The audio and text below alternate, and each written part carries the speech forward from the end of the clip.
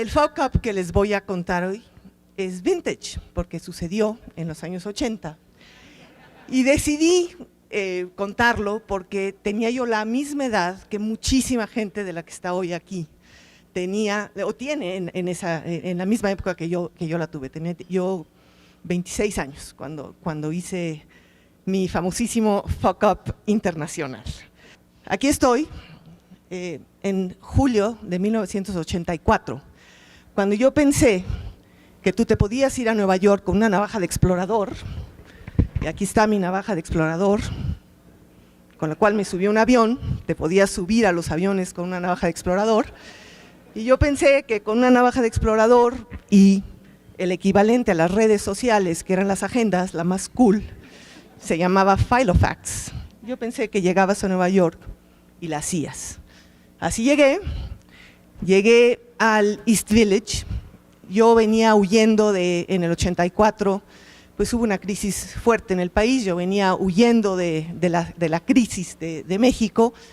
Llegué a Nueva York, al East Village, y en ese momento el East Village lo que tenía era una mezcla entre dealers de heroína y dealers de arte, y competíamos por el mismo terreno. Fíjense en esta foto y fíjense en la cara de arrogante que ya tenía yo en septiembre, cuando había logrado rentar un espacio en la calle 6, que además había sido el lugar donde Patti Smith había empezado su banda. Y yo era una súper fan de Patti Smith, y me pareció como de lo más de buen augurio, ¿no? El lugar donde Patti Smith había ensayado, pues ahora yo iba a tener mi galería. El lease se lo pedimos, lo tomamos de Rebecca Smith, su hermana, que lideraba una comuna de heroinómanas lesbianas. Entonces, corrimos a las heroinómanas lesbianas, entramos a hacer nuestra galería. Me asocié en ese momento con un abogado inglés que estaba aburridísimo y que pensó que qué buena idea tener una galería donde él iba a poder tener una vida social muy interesante. Y con una mujer cubana que acababa de salir de rehab, que por supuesto es la que había conseguido a las heroinómanas que nos cedieron el espacio. ¿Cómo empezaron los problemas? Pues que perdimos el espacio en 1985, perdimos ese espacio y nos tuvimos que mudar. Y aquí estamos en el espacio que decidimos, que era buenísima idea, movernos a un espacio que era muy grande, estaba en la calle 4, estaba muy barato. Pues sí, estaba muy barato porque estaba destruido, o sea, lo teníamos que construir, estaba incendiado.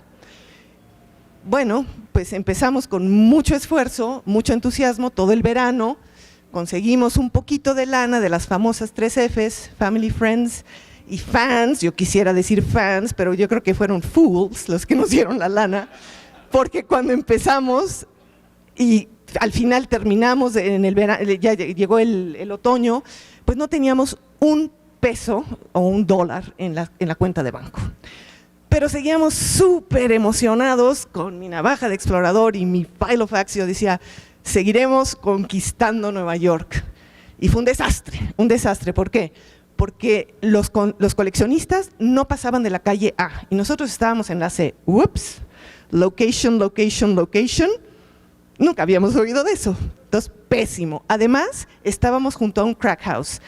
La primera semana apuñalaron una junkie en mi puerta. Entonces, los coleccionistas aterrados.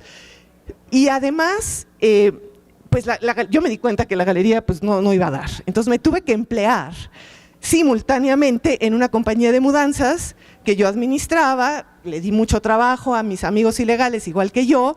Me robaba los camiones en las noches, sacaba los cuadros de mis artistas y los llevaba a la galería escondidas, porque bueno, pues me podía robar los camiones. ¿Qué sucedió? Además, llegó el invierno, como no habíamos tenido lana para acabar el espacio, pues no teníamos ni calefacción, no teníamos baño, nos estábamos congelando, los coleccionistas pues no iban a llegar, y hubo una desaceleración también del mercado.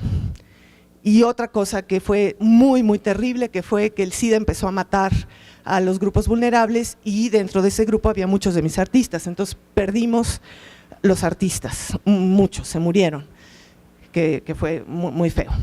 Y entonces dejamos de pagar la renta, pues ya no teníamos con qué, no vendíamos, no teníamos lana, y entonces por supuesto me demandaron. Tuve que ir a Housing Court, que yo solo lo había visto en televisión, nunca pensé que iba a ser protagonista de la que me iban a demandar, iba a tener que ir a la corte.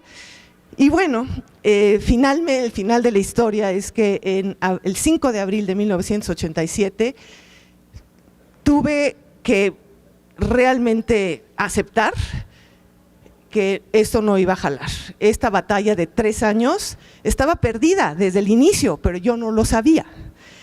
Y tuve que cerrar, y bueno, no sé si vieron la última foto, no, una anterior. Bueno, aquí ya me tuve que vestir de collarcito de perlas, irme a 57th Street, buscar una chamba de veras, y luego este es el último día en mi galería, y esto es hoy lo que es el East Village. Me digo, un crack house no va a haber, es lo más yuppie de este mundo. Y bueno, pues ese fue el final de mi carrera como galerista. Muchas gracias.